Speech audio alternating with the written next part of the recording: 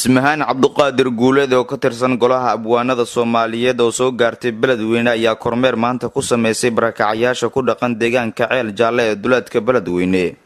kuwaasi oo ay saameysay fatahaada webiga Shabeelle. Dadka qaar ee soo barakacay ayaana haysanin hooy ay ka galaan dhaxanta roobka iyo sidoo kale qoraxda. inta ay kormeerka ku jirtay waxa ay caawinaad u sameysay dadka aadka u tabarta yar iyadoona mobilkeeda ugu shubtay lacag EFC ah kuwaasi oo gaarayay ilaa 10 qoys oo la daaladhacaya dhibaatada ay u geysatay fatahaadu. kormeer iyo indheyn kadib ay ka warbixisay wixii ay indheheeda qabanayeen intii ay dhex socotay barakacayaasha.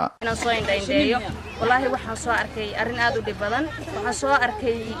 qaxooti iyo dad masaakiin oo banaanka iska daadsan waxaan soo arkay hooyo aan haysanin meel ay seexato roobka ka gasho waxaan soo arkay hooyo banaanka cad cirid u fadhidaan soo arkay waxaan soo arkay dad raashin qaadanaya I know wax raashin ka loo siin waayay maamooyinkan masaakiinta oo meesha iska tuban ma garan karo maamulka ee meesha ka jiray hay'adaha wax keenaya anigu dimaantan imada waxba kama warbixin karo laakiin waxaan indhahayga ku arkay ma sheegaya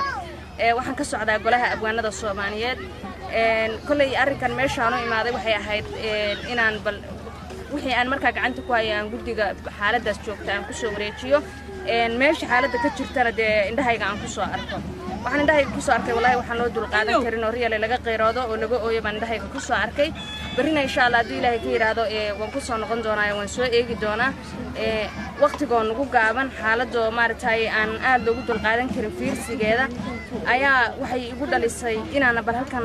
hadlo oo kalimateen ka iraahdo ma garan karo waxaan ka sheego ama waxaan maanta kaga hadlo ma garan karo dhibaatadaas ka dhacday magaalada Beledweyne kale waxa Ilaahay subhanahu wa ta'ala uu keenay oo meesha asagu maartay Ilaahay keenay oo dhibsi ma lahan Soomaalidana waxay ku maamaadaa ku qabsatay qadar ee baba waa la qaataa oo waan qaadanay webigu inuu soo fatahay laakiin waxaanu qaadan karinin oo maartay aan aad ula yaabayna waxaan la qaadan karin aqliyan aan gali karin dadka qaybna gaajo u baqtinayso qaybna in raashin dameer ugu raran yihiin halka ku soo dhaafay ban aad ula yaabay sidoo kale waxa hadlay gudoomiyaha ururka wacyigelinta iyo horumarinta gobolka Hiiraan Cabdirashiid Faarax Xiriye iyo sidoo kale madaxa barakacayaasha ururka wacyigelinta Maxamed Axmed Maxamed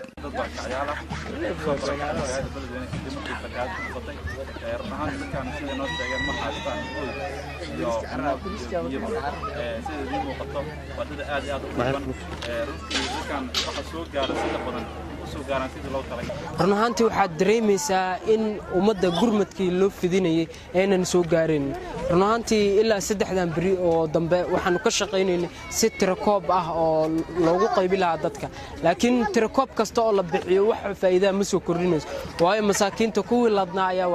wax la siinaya dhanka kale qaar ka mid ah dadka danyarta ee ka soo barakacay biyaha fatahaada ee webiga Shabeelle ayaa dalbaday in wax la soo gaaro biyaan ka soo barakacni hooy ma haysano bacyo ma haysano biyo waxaan ka han annagana ma arkin meeshan xumaan bari aan ka soo aragnay raashin la daldalna oo loo siinayna meeshan bari ku aragnay biyo ma ogi wax kale oo noo si male hadii Ilaahay ku diidin biyo ma ogi wax kale oo noo si male si meeshan u soo degnay waxaan aragnay male baabanahay ma haysan raashin Maxamed Abdullahi Xuseen Faransa raadiyaha TV-ga dowladda goboleedka Soomaaliyeed ee Jubbal